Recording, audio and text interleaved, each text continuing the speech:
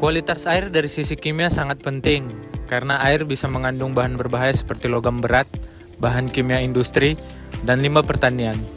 Zat-zat ini bisa memberi dampak besar pada kesehatan manusia dan lingkungan. Di Sulawesi Utara, kualitas air semakin tertekan akibat kegiatan penduduk, industri, dan pembuangan limbah yang tidak dikelola dengan baik. Melihat data dari daerah tersebut, menunjukkan bahwa masalah pencemaran air sudah cukup serius. Beberapa sungai di Sulawesi Utara, termasuk Sungai Sario di Manado, tercatat memiliki nilai BOD dan COD yang lebih tinggi dari batas aman, yang berarti sungai tersebut sudah tercemar oleh limbah rumah tangga dan industri. Selain itu, ditemukan juga logam berat seperti timbal, seng, kadmium, dan merkuri di air sungai dan perairan pesisir seperti Teluk Manado. Kualitas air laut di wilayah Sulawesi Utara juga berada pada kategori sedang yang menunjukkan bahwa pencemaran tetap terjadi dan belum tertangani sepenuhnya. Bahan kimia dan logam berat dapat merusak lingkungan air, misalnya menyebabkan ikan mati, mengganggu kehidupan plankton, dan mengurangi jumlah jenis makhluk hidup di air. Bagi manusia, paparan logam berat dapat menyebabkan gangguan pada saraf, memperlambat perkembangan anak, merusak ginjal, dan juga meningkatkan risiko kanker.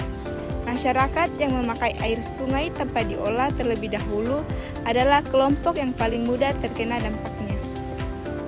Permasalahan kualitas air kimia di Sulawesi Utara merupakan tantangan serius yang berdampak langsung pada kesehatan manusia dan kelestarian lingkungan.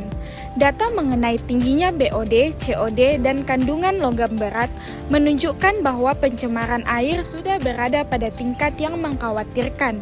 Jika tidak ditangani segera, dampaknya dapat semakin meluas, terutama bagi masyarakat yang masih bergantung pada air sungai dan kebutuhan sehari-hari.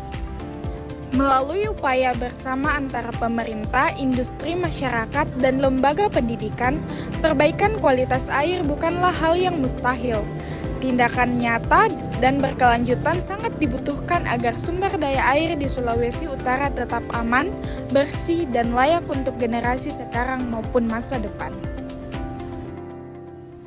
Jadi untuk air yang terpapar zat kimia, rekomendasinya yaitu yang pertama memperketat pengawasan pembuangan limbah dari industri dan rumah tangga, yang kedua melakukan pemeriksaan kualitas air secara rutin, yang ketiga memberikan edukasi kepada masyarakat tentang bahaya pencemaran kimia, dan yang terakhir menggunakan teknologi yang lebih baik untuk mengelola air dan limbah.